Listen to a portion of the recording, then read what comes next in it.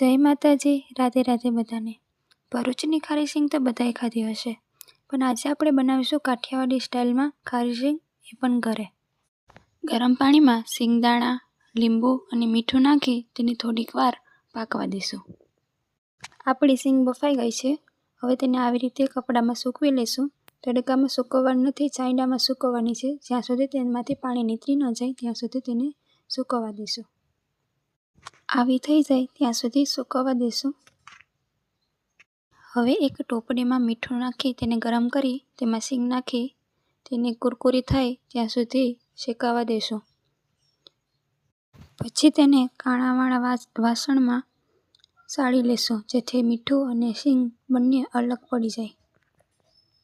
તો તૈયાર છે આપણી સિંગ। તમારે પણ ખાવી હોય તો તમે પણ આવજો અને ઘરે બનાવજો અને મને કોમેન્ટ કરજો કે કેવી બની છે। તો જય માતાજી, રાધે રાધે બધાને। વિડીયોને લાઇક, શેર અને સબસ્ક્રાઈબ કરતા જાજો।